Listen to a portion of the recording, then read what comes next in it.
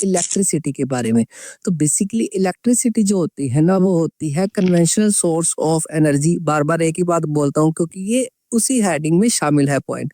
एक बात और बता दूँ आगे बढ़ने से पहले, ये जो कन्वेंशनल सोर्स ऑफ एनर्जी का लास्ट वाला पॉइंट है, इसके बाद हम डिस्कस करेंगे सारे के सारे non conventional source of energy, ठीक है? तो इलेक्ट्रिसिटी ज़्यादा बताने की मेरे को ज़रूरत नहीं है क्योंकि इलेक्ट्रिसिटी के बिना आज के समय में कोई भी काम पॉसिबल नहीं है। तो इसकी स्टार्टिंग ही इस लाइन से होती है। जो इलेक्ट्रिसिटी होती है ना, वो यूज़ होती है बहुत सारे वेज़ में, बहुत सारे तरीकों से यूज़ होती है आज के वर्ल्ड में। मतलब आज सोच के देखो, इलेक्ट्रिसिटी के बिना हम कुछ नहीं कर सकते। बेसिकली इलेक्ट्रिसिटी के बिना हम क्यों नहीं कुछ कर सकते, क्योंकि इलेक्ट्रिसिटी के बिना कोई भी इलेक्ट्रॉनिक डिवाइस चलता ही नहीं है। हमारा मोस्ट इम्पोर्टेंट हथियार जो जिसके बिना हम नहीं रह सकते, मोबाइल फ़ोन।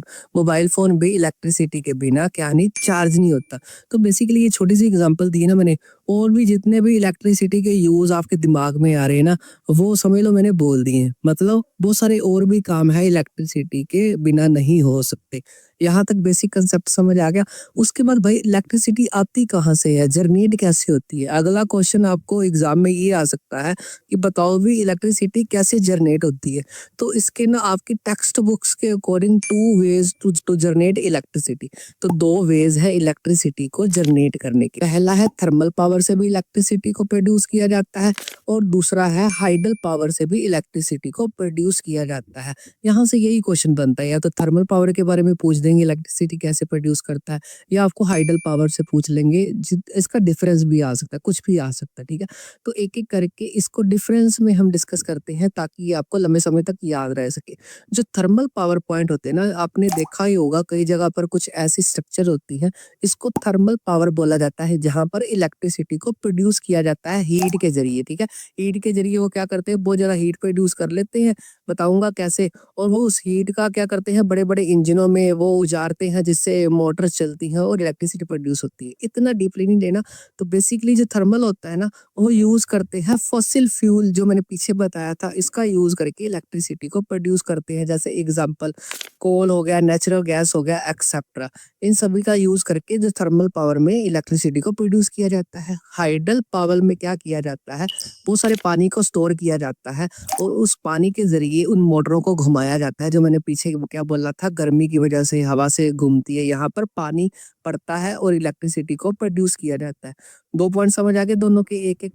अगला है जो थर्मल पावर पॉइंट्स बिजली पैदा की जाती है, वो एग्जॉस्टेबल रिसोर्सेज का यूज किया जाता है। एग्जॉस्टेबल, एग्जॉस्ट वर्ड का मतलब होता है थक जाना। कुछ ऐसे रिसोर्स होते हैं जो एग्जॉस्ट हो जाते हैं, थक जाते हैं जल्दी, मतलब जिसका एक बार यूज कर लिया और वो बाद में उसको दोबारा नया लेना पड़ेगा। जैसे मैंने पीछे बोला है ना, कोल का यूज करके, कोल का मतलब कोयला। कोयले से एक बार गर्मी उन्होंने ले ली, तो एक बार कोयले का यूज हो गया तो वो किसी काम का नहीं। तो एग्जॉस्टेबल प्रोडक्ट्स वो होते हैं जिसका सिर्फ एक ही बार यूज किया जा सकता है, ठीक है? जैसे नेचुरल गैस एक बार जल गई भाई, सीएनजी एक बार जल गई तो दोबारा ही सीएनजी भरवानी पड़ती है, ठीक है? तो ये एग्जॉस्टेबल रिसोर्सेज का यूज किया जाता है। और उसके उलट वहां पर रिन्यूएबल रिसोर्सेज का यूज किया जाता है। जैसे पानी का यूज जितनी बार मर्जी कर लो भाई, पानी कौन सा थकता है, पानी एग्जॉस्ट नहीं होता। आगे बात करें जो थर्मल पावर से बिजली पैदा की जाती है, भाई मैंने पहले बताया था कोयला अगर जलता है तो धुआं भी करता है, तो ये थोड़ा सा पोल्यूशन करता है एनवायरनमेंट में, थर्मल वाला। और जो हाइडल वाला है वो उसमें कोई पोल्यूशन नहीं होता भाई, पानी तो बहता ही रहता है, उसका यूज उन्होंने इलेक्ट्रिसिटी प्रोड्यूस करने में कर लिया, ठीक है? उसके बाद लास्ट पॉइंट है थर्मल पावर का। इस थर्मल पावर को लगाने के लिए हम कोई भी प्लेस चुन सकते हैं, मतलब सरकार से परमिशन लो, किसी भी जगह पर थर्मल का प्लांट लगा दो, हाँ भी बिजली प्रोड्यूस कर दो।